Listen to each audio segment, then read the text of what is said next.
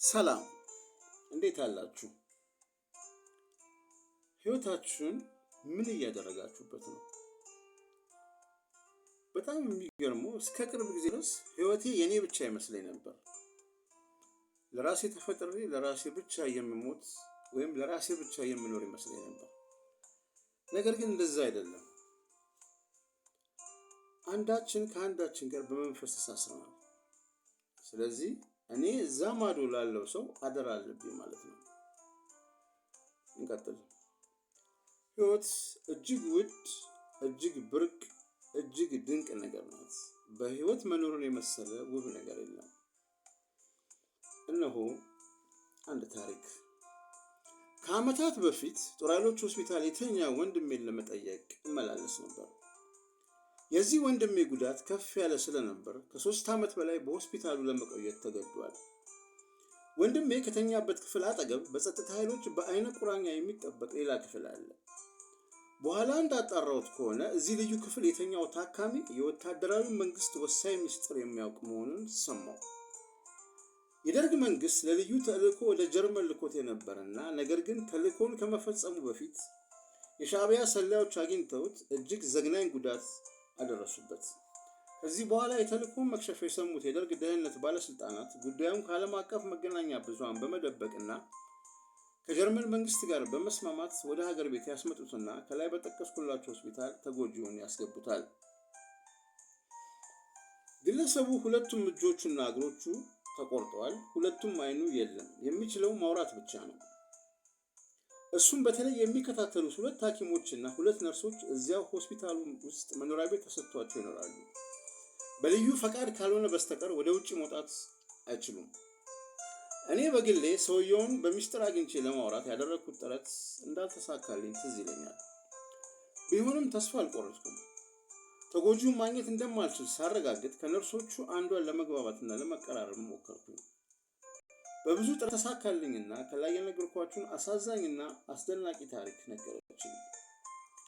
ከሰውየው አስገራሚ ነገር ውስጥ በዚያ ሁኔታ ውስጥ ሆኖ እንኳን ለመዳንና በህይወት ለመቆየት የነበረው ፍላጎት ከአእምሯቸው በላይ ሆኖባቸው እንደነበርና ሁልጊዜም እኔንና ጓደኛዬን ህይወታችሁን ምን እያደረጋችሁበት ነው እያለ ይጠይቀን ነበር ያለችኝ ዛሬም ድረስ ትዝ ይለኛል። አብዛኞቻችን ህይወታችን የኛ ብቻ ስለሚመስለን ግለኝነታችን ገደብ አልባ ነው። ለራሳችን ብቻ ለመኖር እንታገላለን። ይህ ግን ፈጽሞ የተሳሳተ ግንዛቤ ነው። የሰው ዘር በሙሉ የተቀዳው ከአንድ ምንጭ በመሆኑ በመንፈስ የተሳሰረ ነው። የኔ መኖር በምድር ላይ አንድ ጫፍ ለሚገኘው ሌላው ሰው አስፈላጊ ነው። ህይወታችን የተሰጠን ከሌላኛው እኛን መሰል ፍጡር ጋር እንድንካፈለው ነው። እኔ የሚያስፈልገኝ ጤና፣ ደስታ፣ ሰላም፣ ብልጽግናና ፍቅር ሌላኛውም ሰው ያስፈልገዋል። ስለዚህ እኔ ኃላፊነት አለብኝ ማለት ነው። መንፈሳችን ከኛ ዕውቀት ውጭ እርስ በርሱ የተናበበ ነው።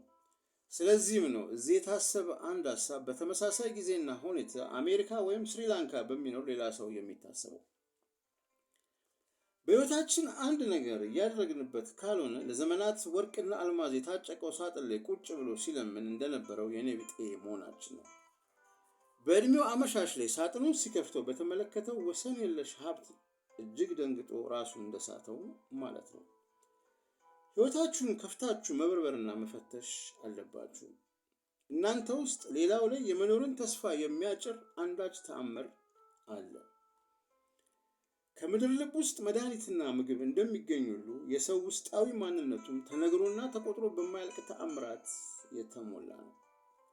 እኔ በህይወቴ ለመጠቀምና አንድ ነገር ለማድረግ ከፈለኩኝ አትኩሮቴን ሁሉ ከውጭው ግርግርና ሁካታ ላይ አነሳና ራሴ ላይ አደርጋለሁ። ወደ ውስጤ እሰበሰባለሁ። የተሰጠኝ ህይወት በታላቅ አደራና ኃላፊነት ላይ የቆመ መሆኑን እገነዘባለሁ። የፍቅር ጽናትና መሰረቱ ለሌሎች መኖር መሆኑን ስለምረዳ አደራዬን ፈጽሞ አልበላም። ሌሎችን ለማገልገልና ለማስደሰት ከልቤ ስጥር በወዲያኛው ጫፍ የራሴን ሰላምና ጤና እየሰራው ነው ማለት ነው። ሰጪው አንድ ቀን ይመጣል። በሰጠው ህይወት ምን ሰራህበት፣ ምንስ አተረፍክበት ብሎም ይጠይቀኛል። ያን ጊዜ በሙሉ ድፍረት 160 ያማረ ፍሬ ብዬ መልሳለሁ። ጊዜው መሄዱ መምሸትና መንጋቱ ካልቀረ በሕይወታችሁ አንድ ነገር አድርጉበት እንጂ።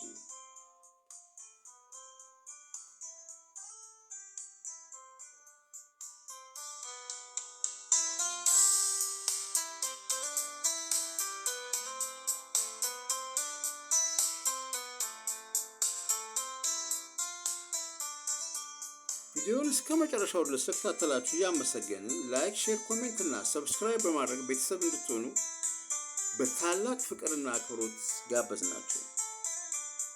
ውድ ተመልካቾቻችን ሰብስክራይብ በማድረጋችሁ ከእናንተ የሚጎል አንድም ነገር የለምና ይህን ከማድረግ ወደኋላ አትበሉ።